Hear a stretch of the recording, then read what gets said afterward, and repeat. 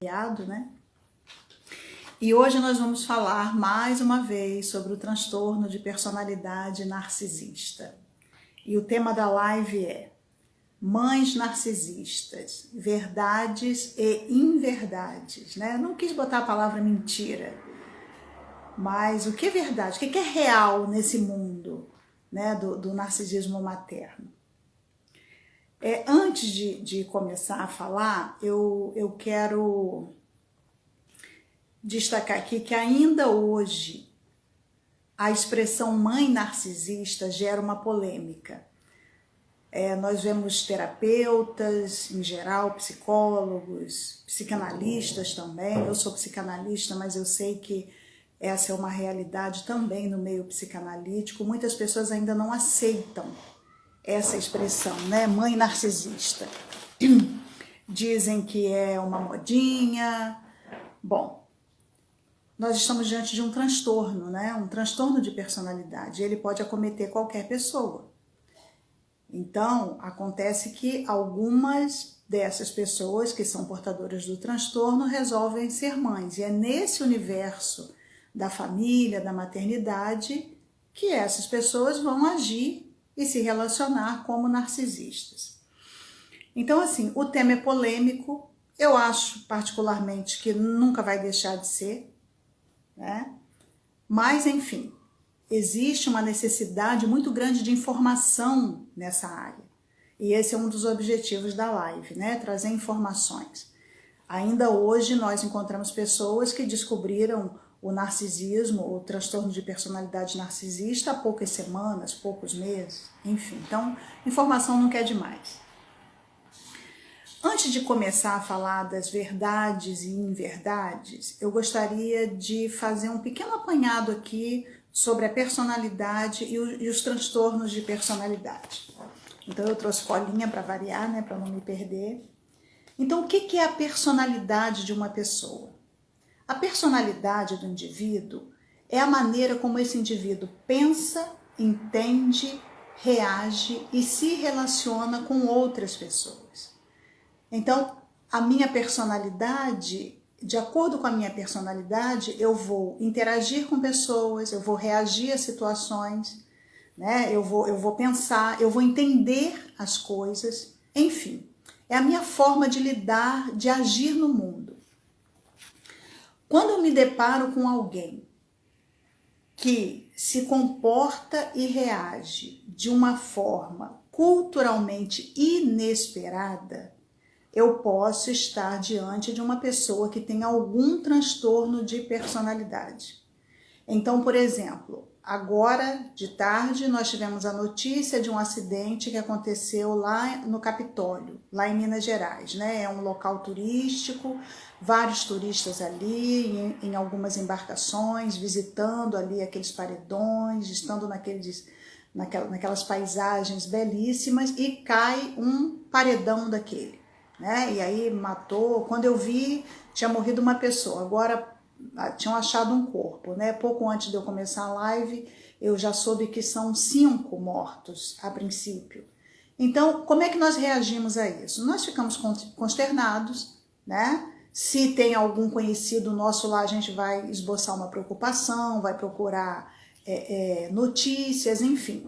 Mas a consternação é geral, né? Então, assim, espera-se que as pessoas que estão assistindo a essa notícia agora tenham uma reação de empatia, né? De se colocar no lugar do outro, sob a perspectiva do outro, né? Se eu tivesse lá, se eu tivesse comprado um pacote de viagem para estar ali naquele local, um momento de relaxamento, de lazer, e acontece uma coisa dessa, né? Se eu perco alguém da minha família num acidente desse. Então, assim, culturalmente espera-se que as pessoas assistindo essas notícias sobre a tragédia em Capitólio, elas tenham uma consternação, uma comoção, né? Quando o indivíduo não reage de uma forma culturalmente esperada, a gente pode estar diante de um transtorno de personalidade narcisista. E quando a pessoa reage de uma forma culturalmente inesperada, nós podemos estar diante de uma pessoa que tem dificuldade para se adaptar, uma pessoa rígida, inflexível, né? Essas são características gerais dos transtornos de personalidade. Ah, e tem uma outra coisa. A pessoa que age e reage de uma maneira culturalmente inadequada e que também causa sofrimento ou prejuízo para aquelas pessoas com quem ela se relaciona. Então, essa personalidade não está dentro de um padrão aceitável, né, em termos de saúde psíquica. E o transtorno de personalidade narcisista? Nós temos vários transtornos de personalidade, mas aqui nós vamos falar do transtorno de personalidade narcisista. Existe um manual, que é o Manual de Psiquiatria, que traz os diagnósticos, né, os critérios de diagnóstico e possibilidades de tratamento para transtornos psiquiátricos em geral. E é chamado DSM-5, que é uma sigla em inglês, né? É a abreviatura de uma sigla, é a abreviatura de palavras em inglês, que traduzindo é o Manual de Psiquiatria da Associação de Psiquiatria Americana, que traz os critérios de diagnóstico dos transtornos em geral. Então, para o transtorno de personalidade narcisista, quais são os critérios de diagnóstico? É muito importante a gente saber isso, por quê? Porque assim, quando a pessoa descobre que ela está sendo vítima de um narcisista, seja a mãe narcisista, ou um parceiro, uma parceira, né, as pessoas começam a ver narcisistas em todos os lugares. Então, eu peguei um ônibus, o motorista do ônibus foi grosso comigo, ele é narcisista. Eu fui à padaria e a balconista da padaria me tratou mal, ela é narcisista. Não é bem assim. Nem toda pessoa tóxica é narcisista. Nem toda pessoa que faz uma maldade é narcisista. Então, para isso existem os critérios. Quais são os critérios de diagnóstico? Primeiro, grandiosidade, né? Essa pessoa que tem o transtorno de personalidade narcisista, ela tem uma sensação exagerada e infundada da sua própria importância. Isso quer dizer que toda pessoa que tem uma sensação de importância é narcisista? Não. Por exemplo, alguém que ganhou o Nobel de Química, por exemplo, né, o Nobel de Medicina, ele sabe da sua importância, tanto que ganhou um prêmio dessa magnitude. O transtorno, ele se caracteriza, quando a gente está falando dessa grandiosidade em um transtorno, é uma sensação exagerada e infundada. Não há motivo para a pessoa se sentir tão importante. Preocupação com fantasias de realizações ilimitadas, influência, poder, inteligência, beleza e amor perfeito. Então a pessoa, o pensamento dela, né, fica fantasiando isso, coisas relacionadas a isso, né? Que ela precisa ter poder, ela quer ser influente, enfim. Convicção de que é especial e único, né? Então o narcisista ele se acha. Necessidade de ser admirado incondicionalmente, não há condições, ele precisa ser admirado. Sensação constante de merecimento. Os narcisistas, de uma maneira geral, eles acham que eles são merecedores de tudo, de atenção, de louvor, né, de idolatria, então eles se acham merecedores. Um outro critério é exploração dos outros para alcançar objetivos próprios, que muitas vezes não estão relacionados, esses objetivos não estão relacionados a benefícios materiais, mas benefícios para a sua imagem. Um outro critério que é muito evidente é a falta de empatia. E o que é empatia? Né? A gente estava falando do acidente lá de Capitólio. Empatia é se colocar no lugar do outro sob a perspectiva do outro, né? Não é eu me colocar no lugar do outro sob a minha perspectiva, é sob a perspectiva do outro. O outro critério, inveja e a convicção de que é invejado também por todo mundo. E por último, arrogância e altivez. Então nós temos aqui 9 critérios de diagnóstico. Quando é que se efetiva o diagnóstico de transtorno de personalidade narcisista? O indivíduo apresentando 5 ou mais dessas características ele é considerado portador do transtorno de personalidade narcisista. Uma outra coisa que eu quero destacar aqui, antes de falar das verdades e inverdades relacionadas à mãe narcisista, é o seguinte: para a psiquiatria, para a psicologia, para a psicanálise, não existe o diagnóstico de mãe narcisista. Esse diagnóstico não existe. O que existe é o diagnóstico de transtorno de personalidade narcisista. E o que acontece? Às vezes, essa pessoa, essa personalidade narcisista, resolve ser mãe. E aí ela vai, se o transtorno de personalidade está relacionado à forma como ela age e interage com os outros, então ela vai também agir e interagir com seus filhos de uma forma tóxica. Vamos às verdades e inverdades. De onde vem isso, né? De onde surgiu essa ideia? Eu sou psicanalista, eu atendo 95% da minha clientela são filhos e filhas de mães narcisistas. Tenho não só os filhos bodes expiatórios, mas tenho também os filhos dourados, né? E depois eu vou explicar rapidamente o que é isso. E também de alguns grupos que eu faço parte. Hoje eu acho que eu faço parte de 2 grupos só no Facebook. E agora criei um grupo no WhatsApp, um grupo privado no WhatsApp, de filhas únicas de mães narcisistas. Até uma pessoa me perguntou: você é filha única? Eu falei: não, eu não sou filha única. Mas por não sei, né, uma obra do destino, eu tenho muitas pacientes que são filhas únicas. Então eu resolvi criar esse grupo porque eu vejo nos outros grupos de Facebook, por exemplo, muito acolhimento, né, muito espaço para se colocar, mas não há nada específico para filhos únicos. Então eu resolvi criar esse grupo. Então esses questionamentos aqui, que eu selecionei 6, vem disso, né, dos meus atendimentos, dos grupos, enfim, de perguntas que me mandam. Tem muitas pessoas que me mandam perguntas pelo Instagram, pelo Facebook, não são meus pacientes, mas procuram respostas para algumas coisas e eu oriento na medida do possível. Então essas perguntas vêm daí. Perguntas e falas, né? Frases que não são necessariamente perguntas. Então, a primeira delas: a minha mãe narcisista é uma avó narcisista. Isso é verdade. Isso não é mentira. Isso é verdade. Eu falei de uma maneira geral sobre o transtorno de personalidade narcisista, mas eu tenho clareza do seguinte: o transtorno de personalidade narcisista na mulher que é mãe, ele ganha contornos muito específicos, tá? Não foge dos padrões de diagnóstico, lá do DSM-5, né, do Manual de Psiquiatria, mas ganha contornos específicos na convivência com essa mãe, né? Então,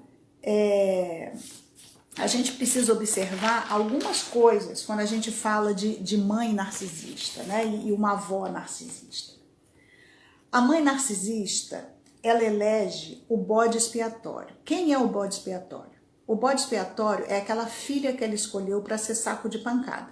Essa filha também tem algumas características comuns a essas filhas, mas eu não quero falar das filhas hoje, né? Eu quero falar das mães. Então, o bode expiatório normalmente é uma filha, né? Uma filha, uma mulher que é filha dessa mãe. E essa mãe narcisista expõe essa filha para a sociedade, para as pessoas do convívio dela, como uma pessoa problemática, uma pessoa doente, uma pessoa que é louca, uma pessoa que é de difícil relacionamento. Então a mãe narcisista, ela joga na filha tudo que é dela, né? O que a gente chama em psicanálise de projeção. Ela projeta na filha tudo o que ela é. Ela é uma pessoa, o narcisista no geral é uma pessoa de difícil relacionamento. Você já imaginou conviver com uma pessoa que só pensa nela, né, que quer tirar vantagem de tudo, que não tem empatia, que tem inveja e acha que todo mundo inveja ela? Então, com a mãe narcisista não é diferente, tá? E ela precisa mostrar para a sociedade, para as pessoas próximas e mais distantes, que a filha é um problema e não ela. Sendo assim, para reforçar essa ideia de que ela é uma boa pessoa, ela é uma boa mãe, ela começa a usar os netos para reforçar essa ideia para a sociedade, né? Afinal de contas, ela é uma boa avó, ela ama os netos, né? Essa é a imagem que ela quer passar. Então, ela quer construir uma imagem de boa pessoa, de boa avó. E isso, qual o objetivo disso? Não só se enaltecer, mas também macular a imagem da filha. Então as pessoas vão olhar e vão ver, nossa, mas ela é uma avó tão maravilhosa, né? Por que essa filha não gosta dela? Mas não é. Por incrível que pareça, gente, quando a gente fala de narcisista, seja mãe ou não, a vida dessa pessoa funciona como um jogo. Né? Ela tem que dar a atacada certa para ganhar um ponto. Né? E esse ponto é segundo os critérios dela. Então, ela não ama os netos, sabe por quê? Os narcisistas não amam. Eles não amam parceiros, eles não amam filhos, eles não amam netos, eles não amam ninguém. A vida dele, a energia psíquica do narcisista é voltada única e exclusivamente para ele.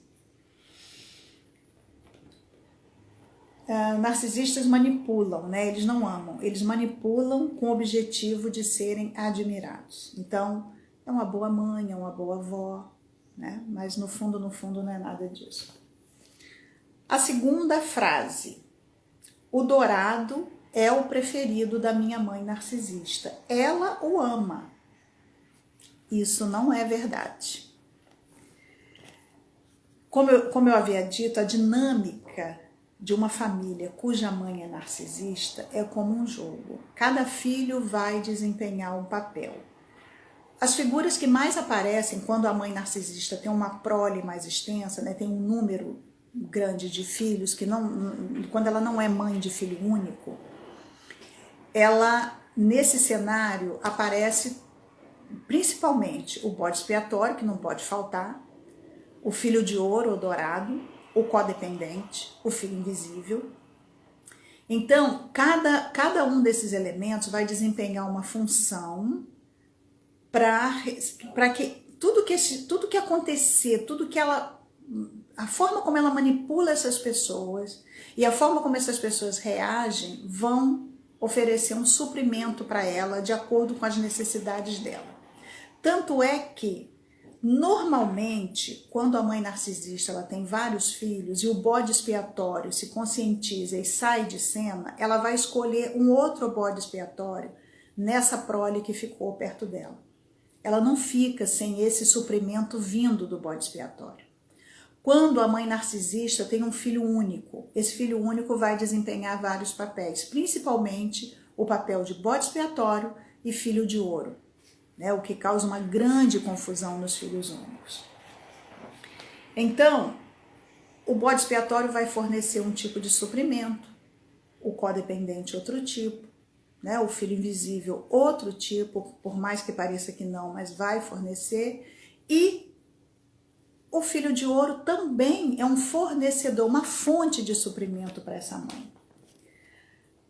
Como é que funciona isso com o bode expiatório? Com o bode expiatório é mais fácil entender essa questão do suprimento, tá? Como é que a mãe narcisista tira suprimento do bode expiatório? Quando ela pratica um ato de violência psicológica ou até violência física, né, contra esse filho. Então, o fato dela despejar essa violência, né, praticar a violência dá prazer a ela, e a reação da filha também dá prazer. Essas reações podem ser uma reação de raiva, de tristeza, né, um rompante de ira, uma depressão. Isso tudo é suprimento para a mãe narcisista. O que é suprimento? É um alimento para esse ego. Né? Esse ego é doente e esse ego precisa de suprimentos que não são saudáveis. O dourado é aquela figura que por si só reforça a ideia de que o bode expiatório é o problema. Isso é uma fonte de suprimento para a mãe narcisista, né? Porque o filho dourado, ele tem uma falsa sensação de que é amado. Ele acha que ele é amado, ele acha que ele é o preferido, ele acha que ele é bem cuidado. Então isso também reforça no dourado a ideia de que o bode expiatório é problemático, né? Nossa, minha irmã que é bode, ela tem algum problema, né? Ela é autoritária, ela é louca, né? E isso faz com que também a sociedade também, as pessoas que estão em volta dessa família, vejam que, poxa, ela é tão boa para fulano, né? E toda mãe ama todo mundo igual. Por que que Beltrana reclama tanto? Né? Então, assim, o tratamento que a mãe narcisista dá ao filho de ouro ou dourado é também proposital, faz parte desse jogo. Né? Quem joga xadrez, quem joga dama, sabe como é que funciona um jogo, né? De peças.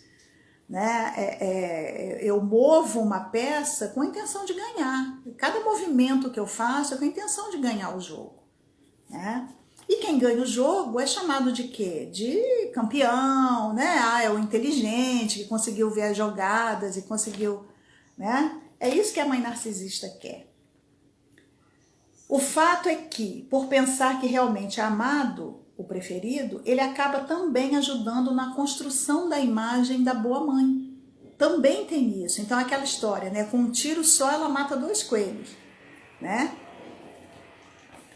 Uma outra frase, que essa também não é verdade. Todo dourado é narcisista patológico. Não. Nem todo dourado é narcisista patológico.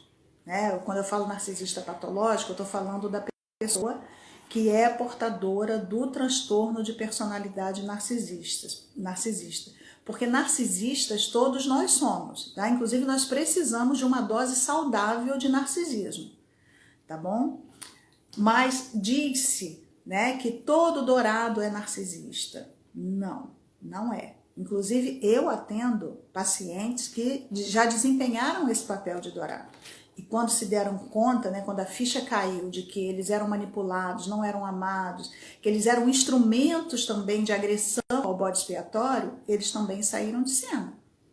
Né? Então, assim, essa é uma frase que se diz muito nos grupos, todo dourado é narcisista também? Não.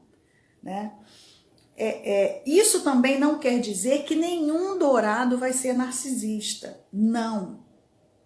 Tá? O dourado ele pode ser narcisista. Eu estou falando que não é uma regra. Ah, é dourado, é narcisista. Não há essa regra. Tá?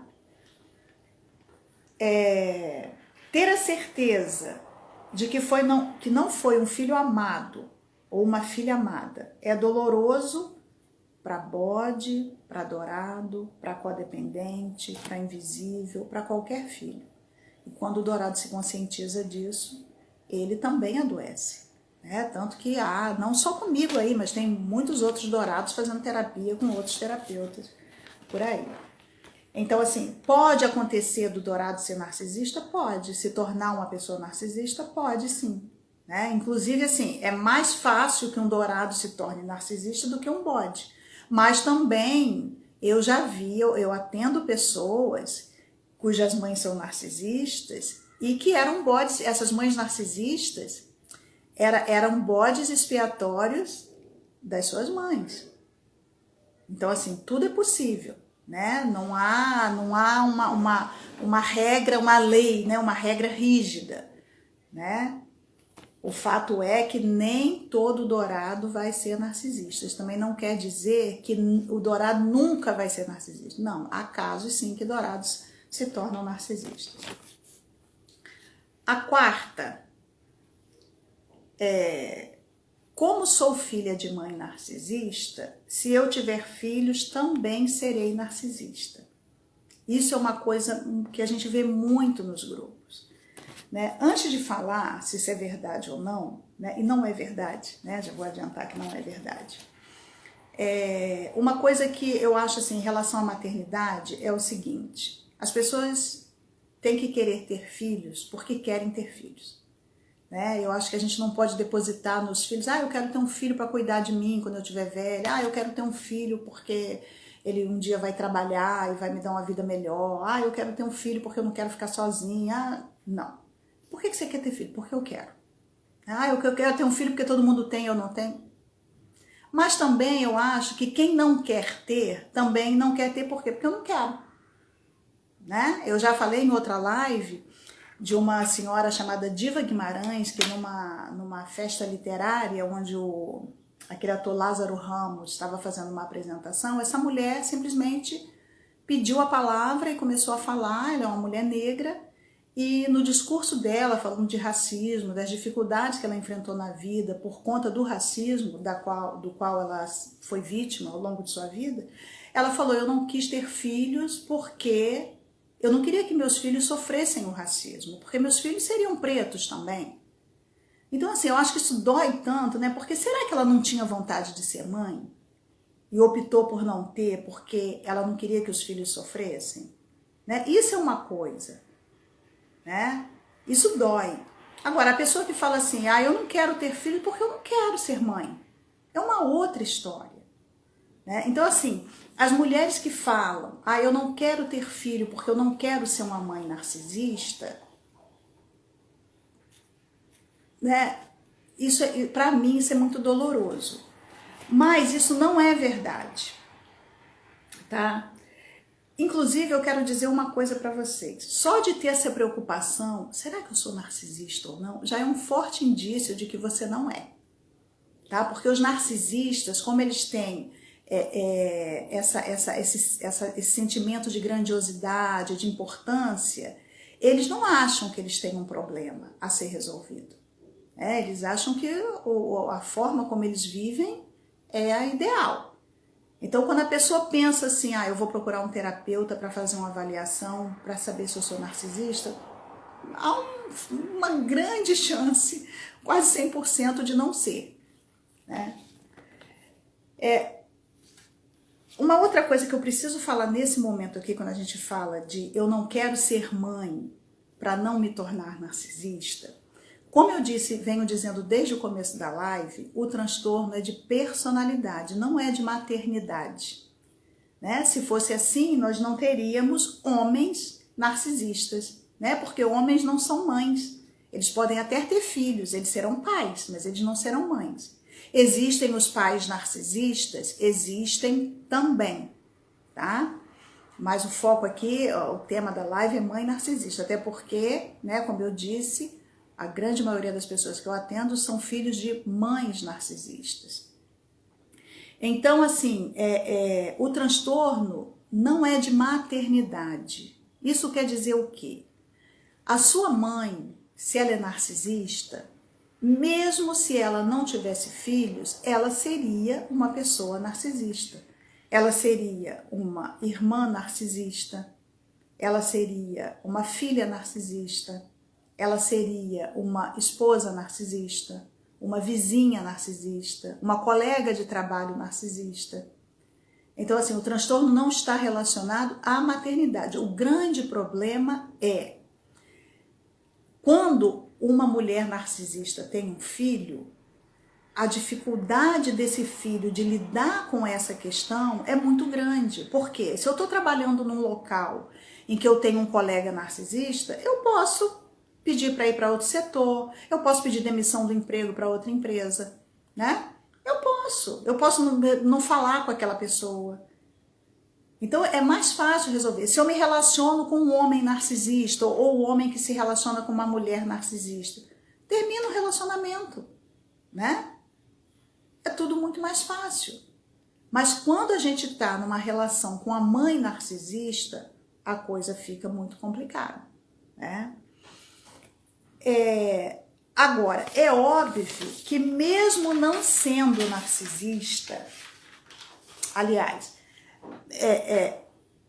mesmo não sendo narcisista, você pode ter um ou outro comportamento tóxico. Não são só narcisistas que têm comportamentos tóxicos. Não são. Né? Então, toda pessoa que você vê praticando uma maldade, um tipo de violência, ela é narcisista? Não, ela pode ter um outro transtorno, mas não necessariamente narcisista.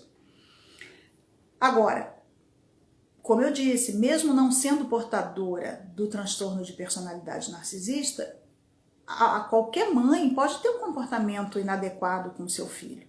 Né? Pouco antes de entrar aqui na live, eu estava vendo, eu sigo um perfil no Instagram de educação respeitosa. Se não me engano, o nome dela é Maia. O sobrenome é que eu faço confusão, mas eu acho que é Maia Engman. E ela estava falando, eu estava lendo um post dela, faltavam uns 3 minutinhos para começar a live e me chamou a atenção o post dela, ela falando que quando a filha dela nasceu, ela estava muito estressada e ela sacudia os filhos, ela gritava com os filhos, ela despejava as frustrações dela nos filhos, até que um dia, e ela começou a pensar, eu preciso mudar. Até que um dia, no próprio Instagram, ela se deparou com um post sobre educação respeitosa e ela mudou, né? Ela mudou. Então, assim, quando a pessoa não é portadora de um transtorno como esse, e mais na última frase, eu vou explicar que esse transtorno não tem cura e vou explicar por que não tem cura. Eu posso olhar para o meu comportamento, avaliar o meu comportamento e falar, eu não quero mais agir assim, né? Os narcisistas, não. Então, assim, se você tem medo, tem o desejo de ter filho, e tem medo de ter filho com receio de que você seja uma mãe narcisista, o que eu sugiro? Que você comece a fazer terapia antes mesmo de engravidar, né?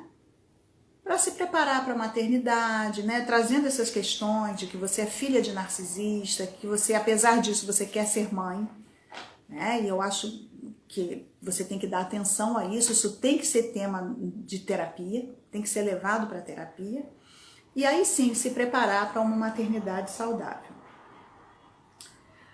A quinta frase, o contato zero ou a morte da mãe narcisista não resolverá tudo. Essa é verdade. Não resolverá tudo. O que é o contato zero, para quem ainda não sabe? É o afastamento dessa mãe. É evitar contato. Quando a mãe narcisista morrer, às vezes as pessoas estão no auge do desespero, né? Porque as violências são muitas e são exageradas, né? As mães narcisistas, elas não têm a mão pesada mesmo, né? Tanto no sentido físico, algumas agridem fisicamente e também no sentido figurado, né? A mão pesada na violência psicológica. Então essas pessoas às vezes estão num desespero tão grande, essas filhas, que falam, ai meu Deus, o dia que ela morrer eu vou me ver livre. Não vai. Não vai. Imagina a seguinte situação. Você tem um eletrodoméstico em casa e você vai usar esse eletrodoméstico. E na hora que você vai usar esse eletrodoméstico, ele te dá um choque muito, muito, muito forte e deixa a sua mão toda, atinge os nervos e deixa a sua mão toda defeituosa. Incapaz de você fazer qualquer coisa com essa mão. E aí você chama um técnico e o técnico fala, olha, toda vez que você usar esse aparelho, ele não tem jeito, tá? Toda vez que você usar, ele vai te dar um choque. Não tem outro jeito. E você, ao mesmo tempo, procura lá um médico especialista, procura um fisioterapeuta, né? E os dois falam, olha, você vai ter que fazer um tratamento, você vai ter que fazer talvez uma cirurgia, vai ter que fazer fisioterapia durante um bom tempo para se curar. Então, o que você pensa? Eu não posso mais usar aquele aparelho. O fato de você guardar aquele aparelho, colocar ele dentro de uma caixa, colocar num local isolado, vai curar você? Não vai. Né? Então, assim, guardadas as devidas proporções, é mais ou menos isso. Não adianta você se afastar da mãe narcisista, porque você tem dores, você tem feridas emocionais, você tem sequelas muito graves. Um transtorno que eu tenho observado muito de uns tempos para cá é o transtorno do estresse pós-traumático. O transtorno do estresse pós-traumático, ele é muito presente nas pessoas que foram à guerra. Então, filhas de mães narcisistas têm aparecido muitas com esse transtorno do estresse pós-traumático.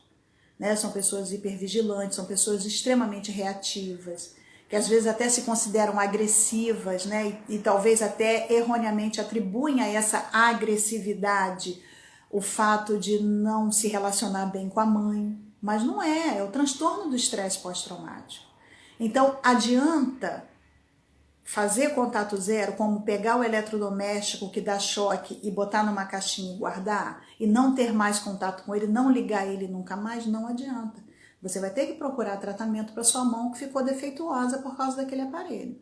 A mesma coisa, se a mãe narcisista morre ou se você faz o contato zero com ela, você vai ter que fazer terapia, vai ter que se cuidar. Há casos até que a pessoa precisa de acompanhamento psiquiátrico, tá? Além da terapia.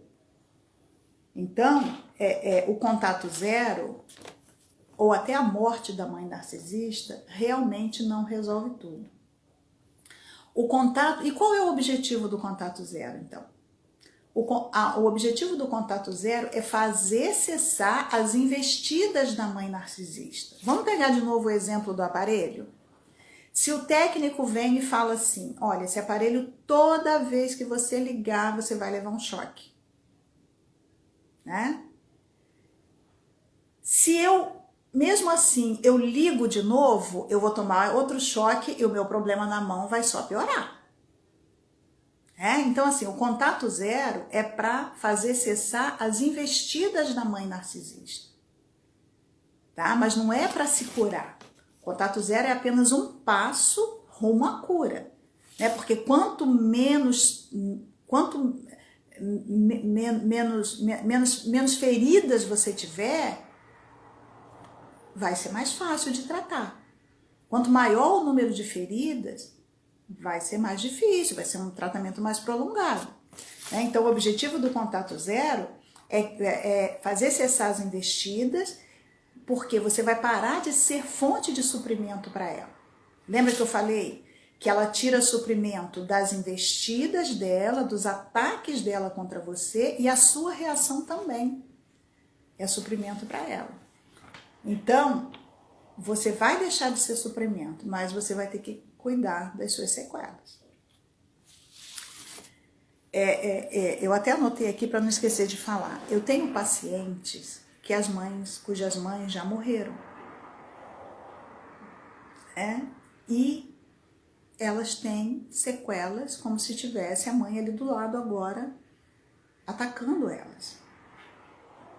Eu li uma vez num grupo o relato de uma mulher que disse o seguinte, que a mãe dela morreu, já tinha 10 anos quando ela publicou esse relato. Já tem um tempinho já que eu li isso, deve ter uns 2, 3 anos. E ela descobriu o transtorno de personalidade narcisista e descobriu que a mãe era narcisista, já tinha 10 anos que a mãe dela tinha morrido. E ela estava sofrendo como se a mãe dela estivesse viva ali naquele momento, atacando ela. Isso também está muito ligado ao nosso inconsciente, né? Que é onde ficam guardados, entre aspas, os nossos traumas. Né? Então, o nosso inconsciente ele tem a característica da atemporalidade.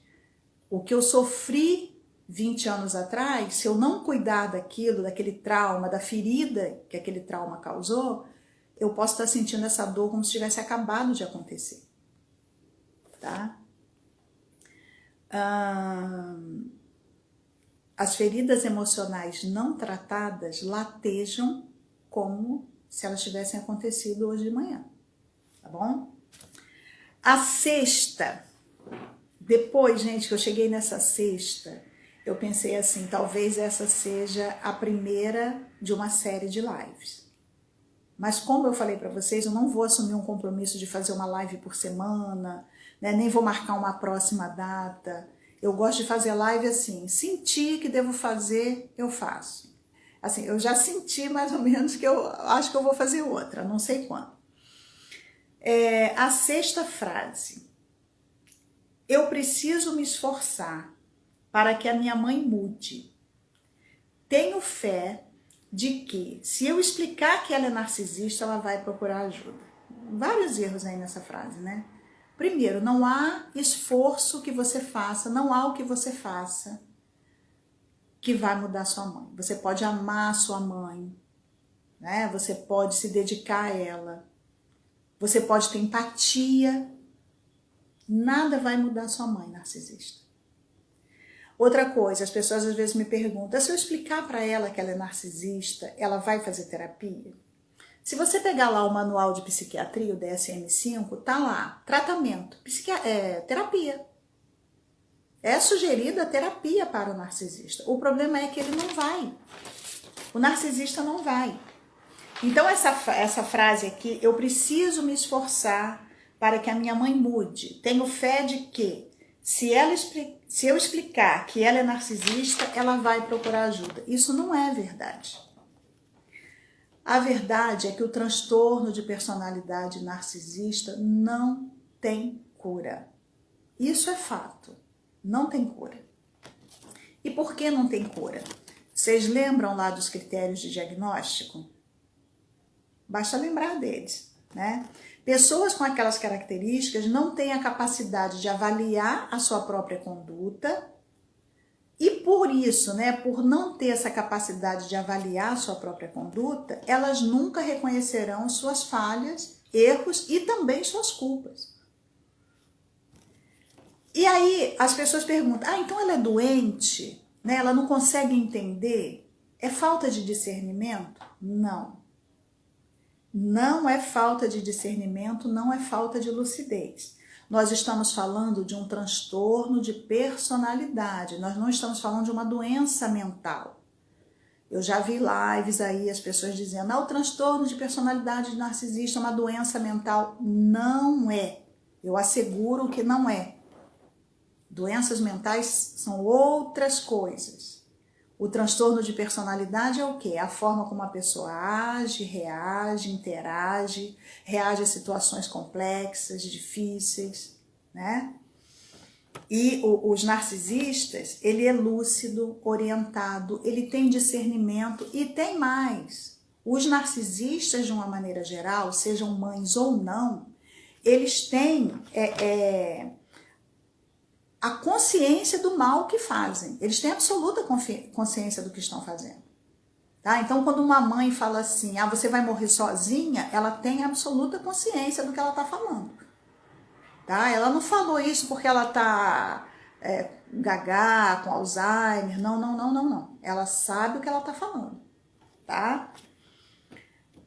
O problema é, por exemplo, quando a mãe narcisista, ela pratica um ato de violência psicológica com a filha, ela vê a filha se deprimir, chorar, a mãe narcisista, ela não se comove com isso, ela não tem empatia, ela não fica mexida com isso, né?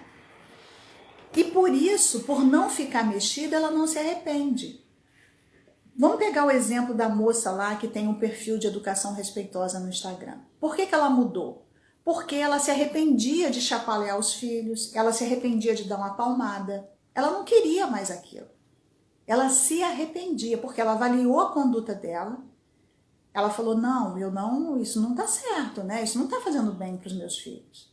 E ela mudou a forma de lidar com os filhos, a forma de interagir, de agir e reagir às situações na convivência com os filhos.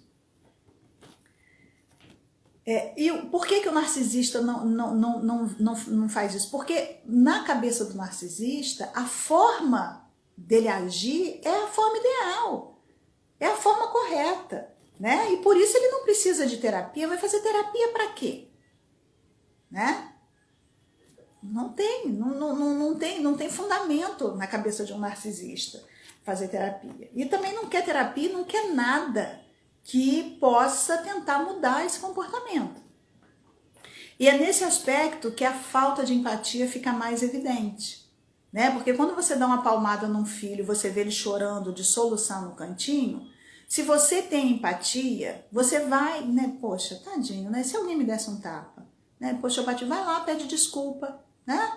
Eu acho tão bonito quando um pai ou uma mãe pede desculpa ao filho, né? Eu acho tão bonito isso. Mas as pessoas que não têm empatia, elas não conseguem. Por quê? Porque ter empatia é se colocar no lugar do outro sob a perspectiva desse outro, não é sob a minha perspectiva. Então, quando uma mãe que deu uma palmada no filho, ela se arrepende, ela está pensando, se eu fosse uma pessoa indefesa, porque a criança é uma pessoa indefesa, e alguém me desse um tapa, né? Como é que eu ia reagir? Então, é isso que meu filho está sentindo. Então, eu vou lá e vou pedir desculpas e não vou fazer mais. Então, assim, qualquer um de nós, se eu falo ou faço alguma coisa que causa sofrimento a alguém e eu me arrependo, eu vou mudar minha conduta. Os narcisistas não mudam, né? Vamos ver aqui os comentários de vocês. Vou tentar ir lá no comecinho, tá, gente?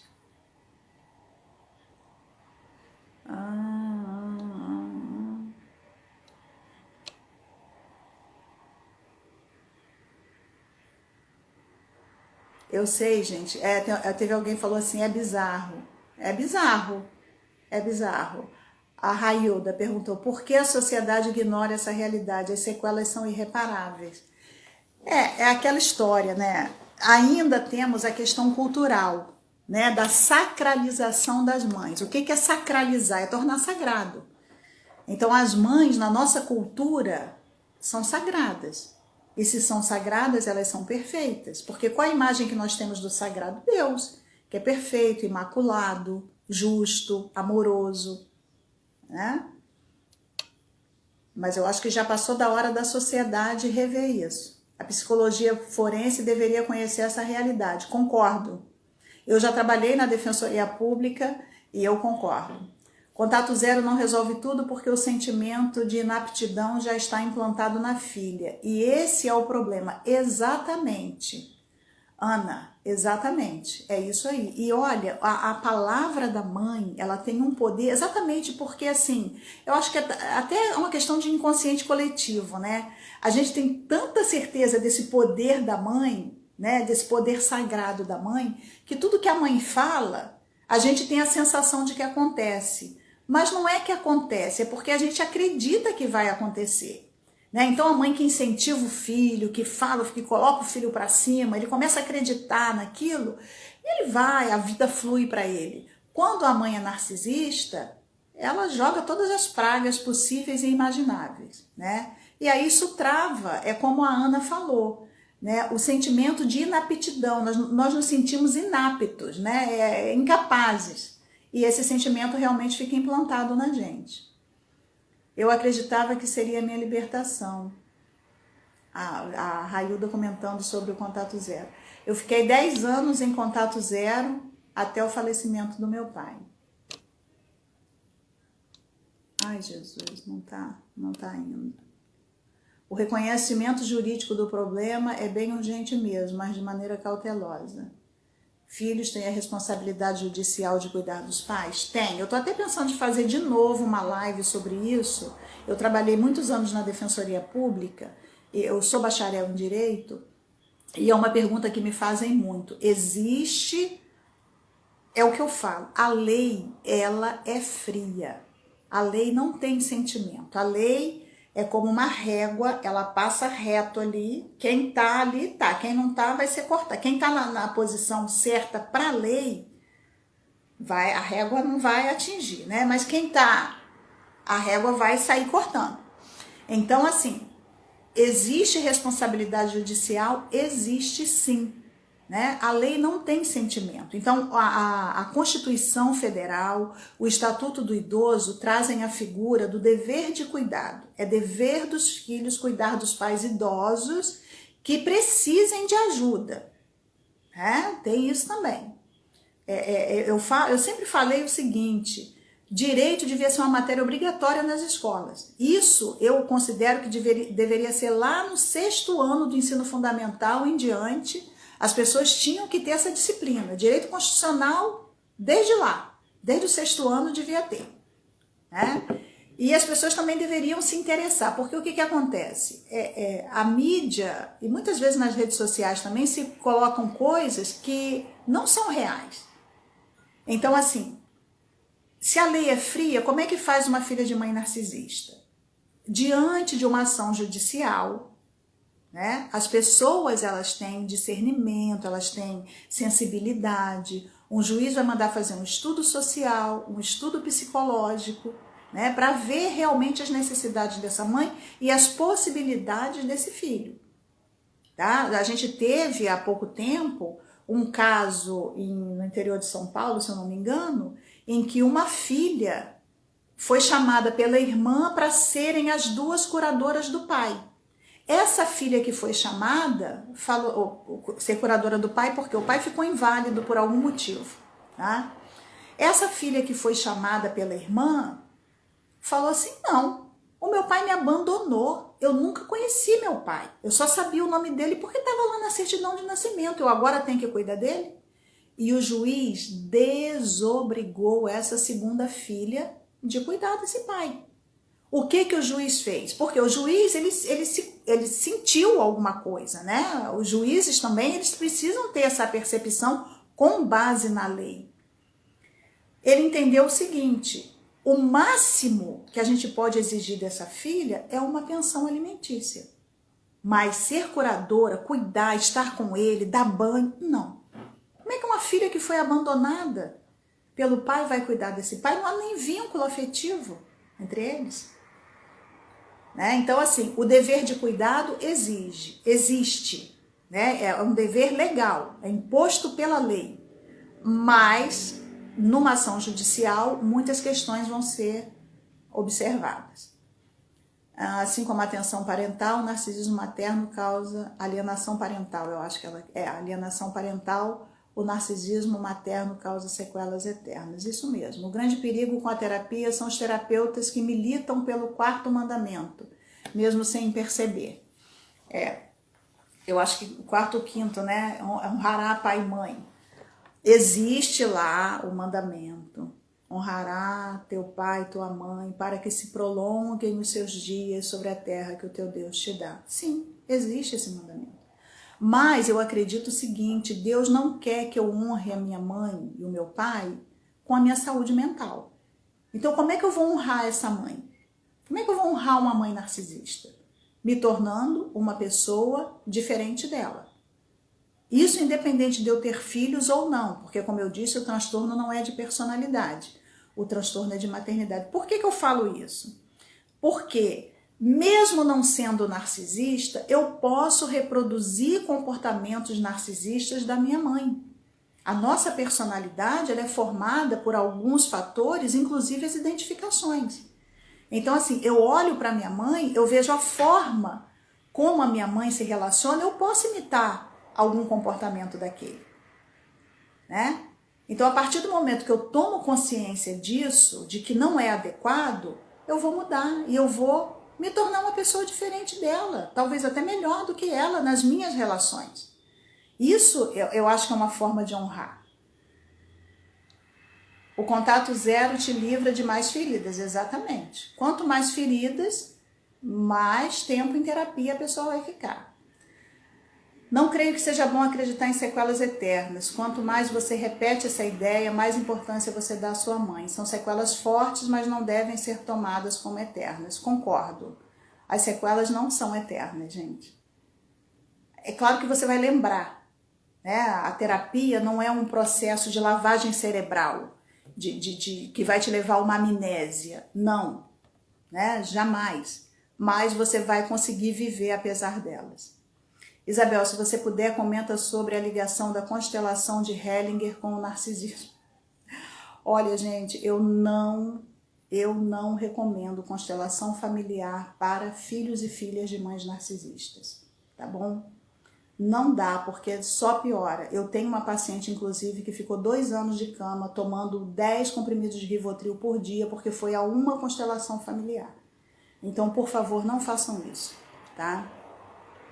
Eu sinto nojo da minha mãe. Depois de 38 anos achando que eu era o problema, agora descobri que tenho uma mãe narcisista.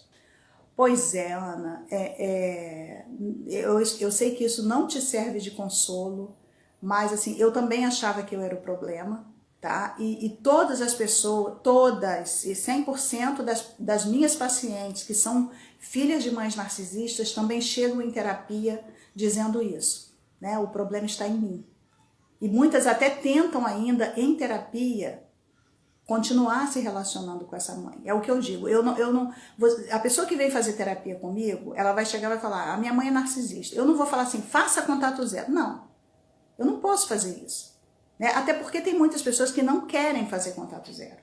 Mas o que eu observo? As que não querem, um dia acabam querendo. tá? Porque vê que não tem outro jeito. O meu papel é falar. A literatura recomenda contato zero com pessoas narcisistas, tá? Seja seu namorado, seja sua namorada, seja seu pai, seja sua mãe, seja seu irmão, seja sua irmã, seja seu vizinho, a literatura recomenda contato zero. Agora, todos chegam dizendo que achavam que ele era um problema. Ah, eu sou sentimental demais. Eu sinto demais. Sempre acho uma culpa nele próprio, né? E, Ana,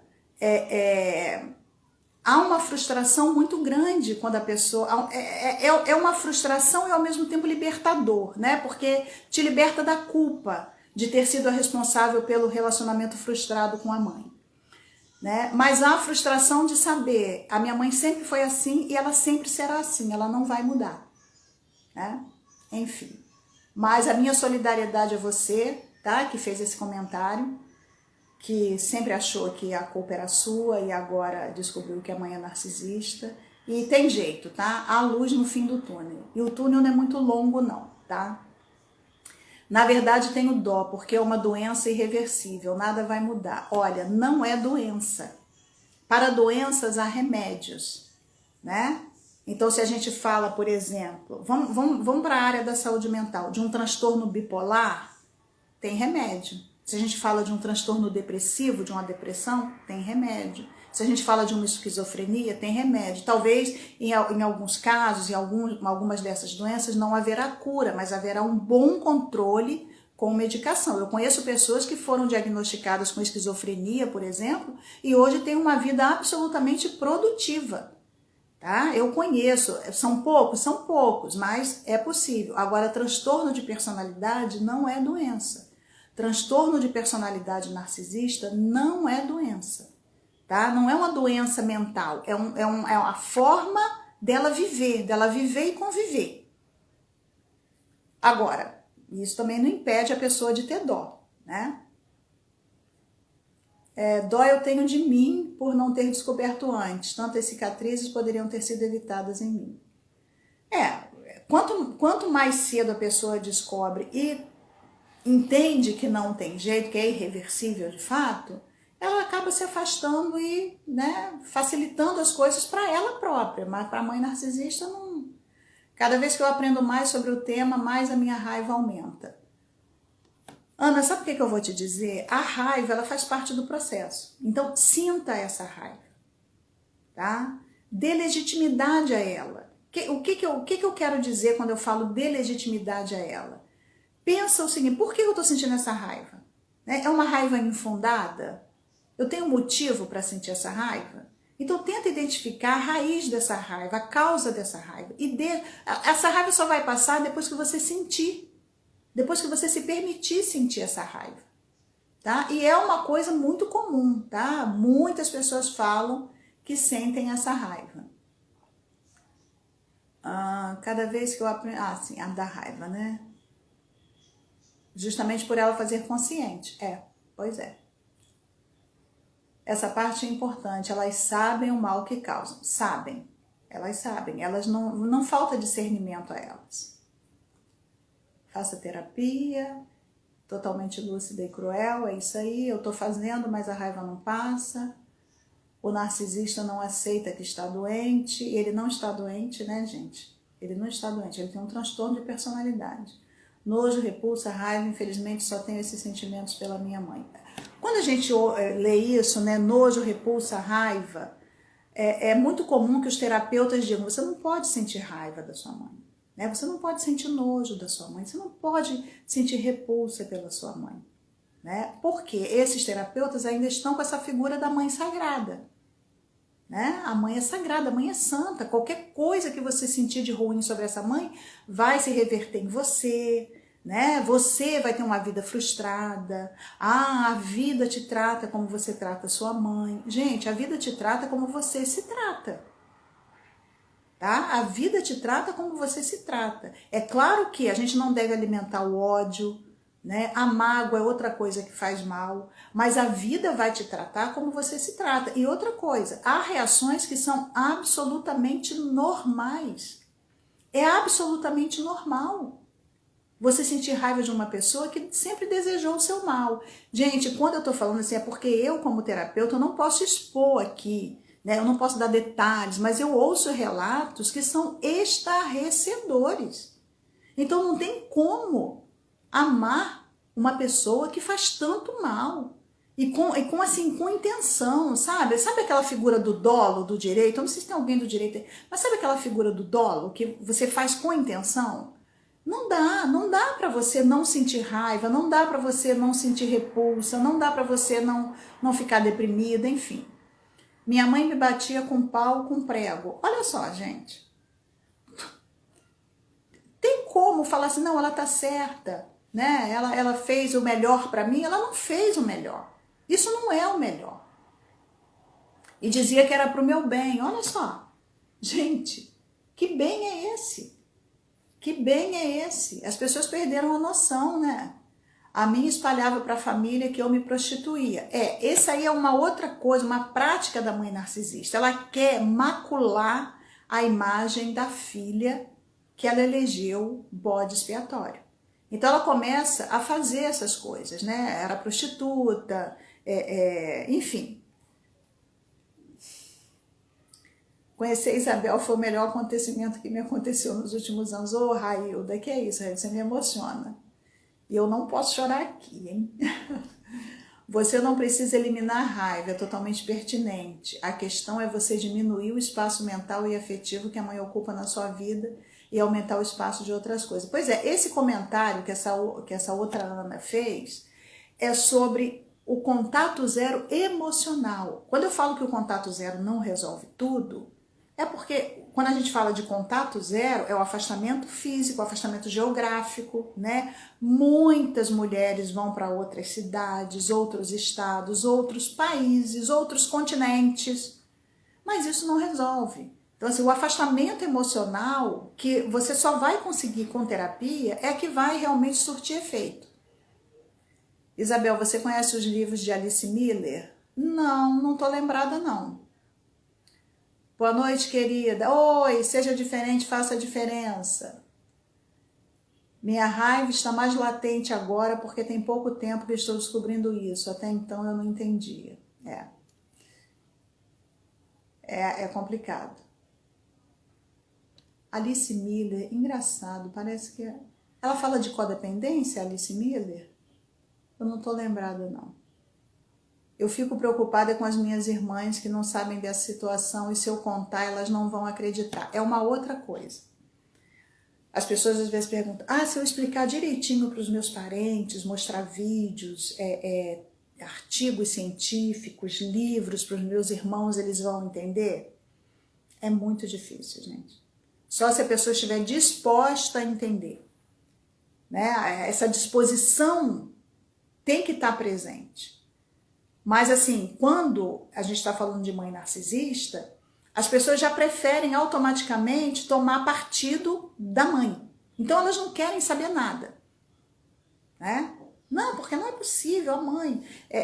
eu estava pensando, hoje de tarde eu tive uma manhã assim bem ocupada hoje, e fui ao mercado, fui à feira, eu e meu marido... E aí almoçamos já tarde, né? Porque passamos a manhã na rua. E depois do almoço eu tive umas horinhas aqui de descanso. Eu fiquei pensando. Tem uma pessoa da minha família, da família extensa, né? Não vou falar aqui o grau de parentesco. Mas essa pessoa frequentava a minha casa, sabe? Era sempre muito bem recebida. E eu tratava com todo carinho. Gostava também, uma pessoa alegre, sabe? Eu também gostava dela. Uma pessoa alegre, uma pessoa muito brincalhona, e frequentava minha casa, e às vezes, né, de surpresa, ligava, tô indo para aí, faz tal comida, adorava uma comida X nas noites de inverno, e de repente essa pessoa se virou contra mim, né, e eu hoje estava pensando nela, eu lembrei dela, e eu pensei assim, o que eu fiz para essa pessoa? Eu sempre tratei bem. Aí eu fiquei pensando, que lembranças essa pessoa tem de mim? Será que ela lembra? Eu recebi ela na minha casa com toda alegria, que quando ela estava vivendo momentos difíceis, eu acolhia ela, eu conversava, eu dava apoio, Será que ela lembra disso, dos bons momentos que ela passou na minha companhia, dentro da minha casa? Mas ela se afastou de mim por causa da minha mãe narcisista. Eu nunca fiz nada com ela, eu nunca mudei o meu comportamento com essa pessoa da família. Nunca. O meu comportamento sempre foi o mesmo.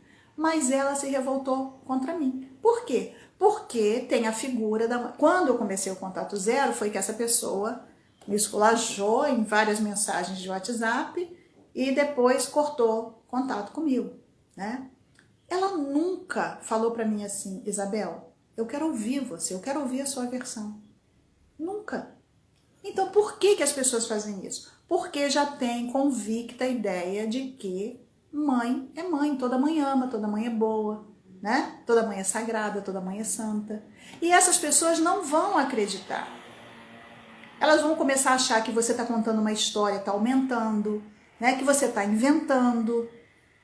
Né? E eu vou falar uma coisa para vocês, sinceramente, tem coisas que eu já ouvi da minha mãe que eu só acredito porque eu ouvi. Porque se alguém me contasse uma história, hoje não, hoje conhecendo, estudando, né, o transtorno de personalidade narcisista, eu acredito. Mas na época, se alguém me contasse, não sei se eu acreditaria, porque são coisas muito pesadas. Até hoje eu leio relatos de filhas de mães narcisistas que eu acredito porque eu sei o que é. Mas eu sei que uma pessoa desinformada, se ouvir, vai duvidar. Porque são coisas surreais. Alguém falou aqui, é bizarro, é inacreditável. Né? Pior quando não sentimos nem raiva nem nada. É uma neutralidade de sentimentos. Né? Eu acho que quem chega a isso, não sente nada, já sentiu raiva, né? Já sentiu amor, já sentiu ódio, mas chega um ponto em que não sente nada. Minhas irmãs põem panos quentes, isso é muito comum. Exatamente, Isabel, eu concordo que deveria ter isso na grade curricular. Não tentam contar isso a ninguém, compartilhando essa live importante. Não dá para contar mesmo, vão me chamar de loucos ingratos. Eu não preciso contar, as agressões contra mim são feitas na presença de todos. Com 16 anos eu saí de casa, no fundinho eu acho que já sabia que havia algo de errado nela, eu nunca mais voltei. Muita gente vê que tem algo errado e um belo dia se depara com essa expressão, né? Mãe narcisista, narcisismo materno. Eu acho que não sentir nada pela mãe é o melhor dos mundos, sentir indiferença, muito bom. Eu acho que a pessoa que atinge esse estágio, ela já sofreu tudo que ela tinha que sofrer, né? Nada mesmo, nem por ela, nem por nada. Eliana, minha amiga Eliana que trabalhou na defensoria comigo. Tá por aí ainda, Eliana? Márcia Viana. Eu descobri com 40 anos. 3 anos depois entendo que o problema nunca fui eu, mas o estrago já está feito. Minha infância não volta mais, isso é o mais dolorido, não ter tido uma infância saudável. Uma infância que não é saudável é uma grande fonte de dores emocionais. Essa é a questão, nós desconhecemos o nível de estrago em cada filho. Pois é, ainda tem isso, cada um vai reagir de uma maneira. Tem pessoas até que têm uma relação difícil com a mãe, né? E conseguem, de uma forma muito resiliente, se sair bem. Mas isso não quer dizer que todo mundo vai se sair bem. Né? Cada pessoa é uma pessoa, cada pessoa é um perfil e cada pessoa vai reagir de um jeito. Muitas frustrações, uma depressão crônica e profunda. Pois é, Adriana Rita Luiz. Eu vivi grande parte da infância embaixo da cama, me batia demais, era meu refúgio. Pois é, Márcia Viana falando isso. Como eu queria fazer um documentário relatando os meus estragos. Minha mãe me queimou com um pastel quente, meu nariz e minha boca. Gente, são coisas assim, meu Deus. Agressão física e a diferença da violência invisível. A violência invisível, né, que é a chamada violência emocional ou violência psicológica, ela machuca e fere tanto quanto uma violência física. A Alice Miller fala de maus tratos na infância. Não usa o termo narcisismo, mas trata disso indiretamente. A Revolta do Corpo, o Drama da Criança Bem Dotada. O Drama da Criança Bem Dotada eu já li trecho desse livro, eu não estava lembrando o nome da autora. Vou procurar esse livro, obrigada pela sugestão. Aí, pessoal, a dica dos livros aí da Alice Miller. Ela analisa a infância de artistas, escritores e políticos que tiveram pais maus e tiveram vidas abreviadas pela depressão. Vou procurar esse livro. A tela do celular não ajuda muito. Eu não tenho coragem nem de repostar nada sobre o assunto na minha página. As pessoas julgam demais. É verdade. As pessoas gostam de julgar, né?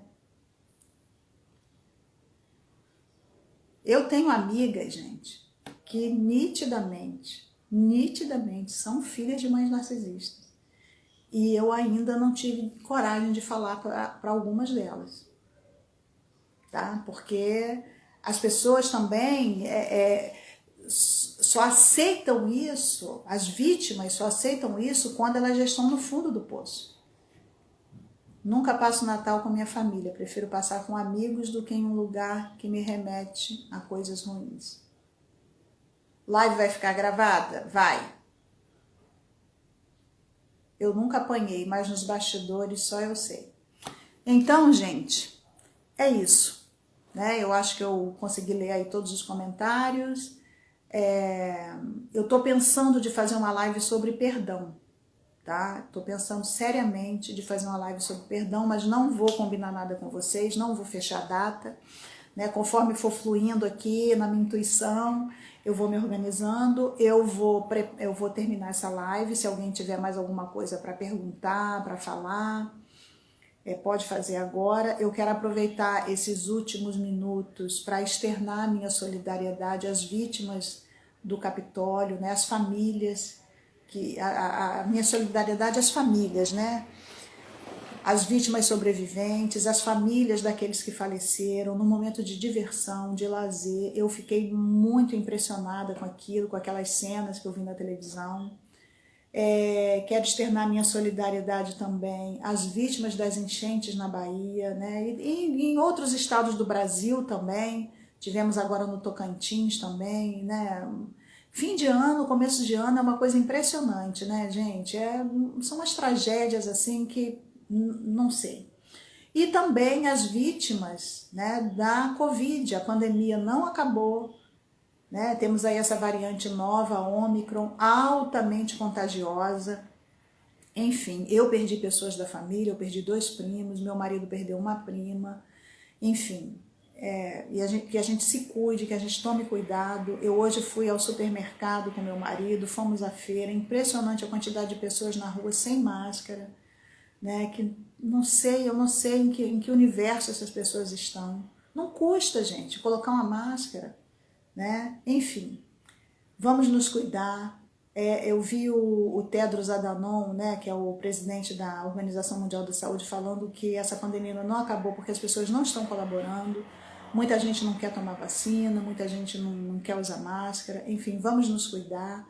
E a minha solidariedade a todas as vítimas, o meu carinho, o meu afeto, enfim. Vamos nos esforçar para vencer mais essa. Tá bom, pessoal? Um abraço para todos vocês, uma boa noite, uma excelente noite, um domingo de paz. E se vocês tiverem dúvida, me manda mensagem aqui pelo Instagram, mensagem privada.